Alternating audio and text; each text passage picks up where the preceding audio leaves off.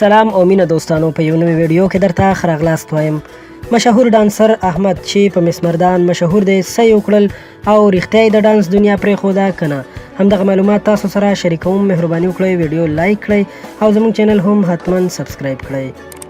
دوستانو، لکه څنګه چې تاسو ته معلومه ده، د اسیا په کچه زیاتره هجلاګان د پاکستان په پنجاب، کراچۍ او پښتونخوا په ښارونو کې اوسیږي او میشت دي. دغه هجلاګان وخت ناوخته د واده پروګرامونو او دغسې نورو مراسمو ته خلک بوځي، ډانسونه کوي او له دغې لارې پیسې ګټي. د همدغې ډانسرانو او هجلاګانو له جملې څخه یو مس مردان هم دی چې خپل نوم یې احمد دی، خو په مس مردان مشهور دی او په لږ وخت کې نوم پیدا کړی دی چې دا به د هغه د ښایست وجه وي او یا بل څه، خو خلک یې ډېر خوښوي. څو ورځې مخکې داسې خبرونه خپاره شول چې مس مردان نور د ډانس دنیا پرېښوده او د تل لپاره یې ډانس سره مخه وکړه او نور به تبلیغ کې ګرځي او د الله جل جلاله لار کې به وخت تېروي.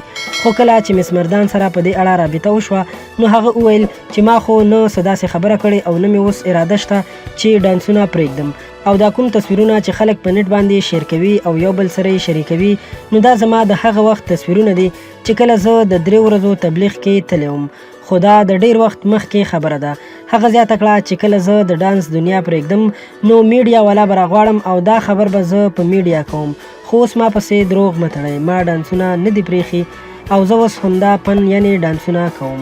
دوستانو، ډیره مننه کوم چې ویډیو مو را سره تر پای وکتله. ضروري در سره لایک کړئ. دا وې د مس مردان په اړه تازه خبرې چې تاسو سره مو شریکې کړې. له نورو په زړه پورې او ښایسته ویډیوګانو لپاره در سره هم زموږ چینل سبسکرایب کړئ. ډیره مننه.